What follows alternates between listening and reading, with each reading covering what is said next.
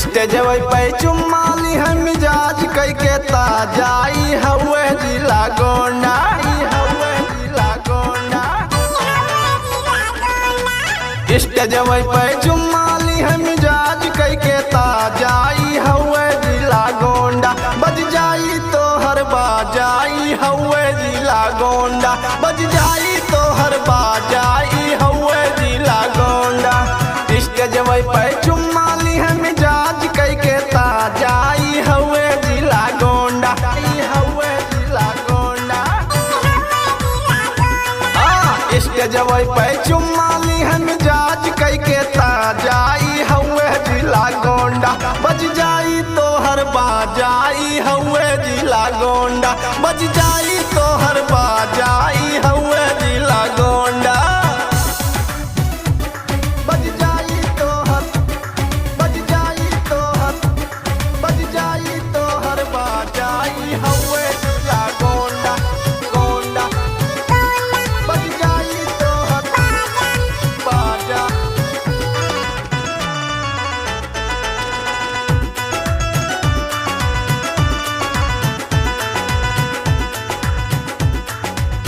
ऐसन जो नचबो रानी कमरा हिलाई के गोरहर बादनिया यौरी ढोड़ी देखाई के।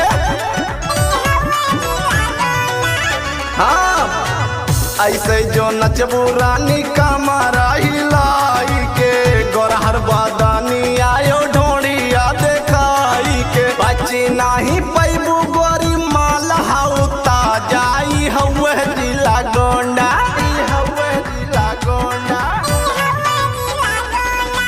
बची नाही पैबू गोरी माल हाउ ताजाई हवे जिला गोंडा। बज जाई तो हर बाजाई हवे जिला गोंडा।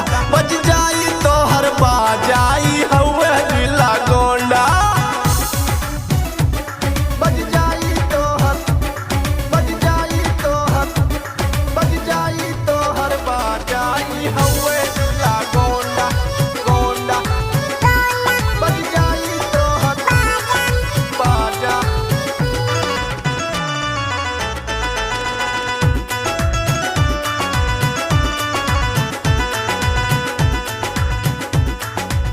एक एक ठुमका पे 500 लुटई है हो।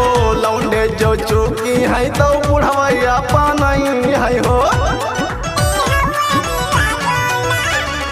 हाँ एक एक ठुमका पे 500 लुटई है हो। लौंडे जो चुकी है तो बुढ़वैया पानई है हो। दीनेश तिवारी कहे जम के पिया मा जाई हवे जिला गोंडा हवे जिला गोंडा। दीनेश तिवारी कहे जम के पिया मा जाई हवे जिला गोंडा। बज जाई तो हर बाजाई हवे जिला गोंडा।